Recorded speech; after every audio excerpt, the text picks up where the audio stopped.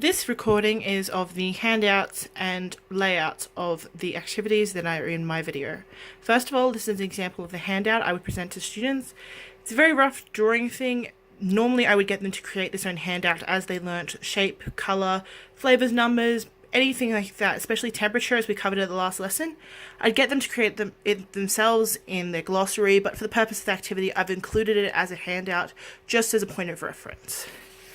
The second part of my appendix for this video is an example of the layout of the activity. Now these cards are rough drawings because normally you would use cards from the English speaking flashcard set that comes with most educational classrooms these days. It's a great learning resource. You can quite easily find them or print your own. I know most schools I've worked with have had them. For this activity it's great. They often have clear colours, shapes, and it often gives an indication if the food is hot or cold, if they have temperature, like I know for example on a pot of tea or a cup of coffee there'll be heat lines indicating heat, but if it's not clear to the students you can explain that to them. Now right now I've got it facing me so I can see the cards and the lettering.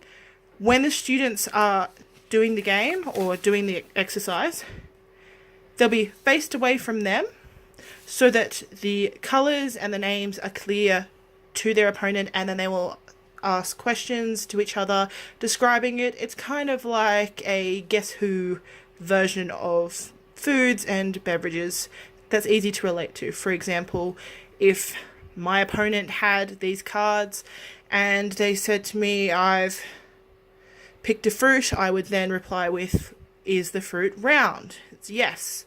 Well, that eliminates the banana, obviously, because it's not round.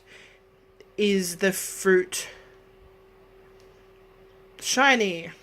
If the picture had a shine mark on the apple, they could use that. It's different adjectives.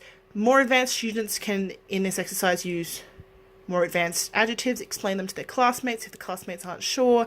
It builds up until eventually they get used to adjectives they're not used to using, ones they haven't heard before. You can introduce more as you walk around the classroom. It's just a great adjective game, and it allows you to adjust to how the lesson's developing and how the student is developing.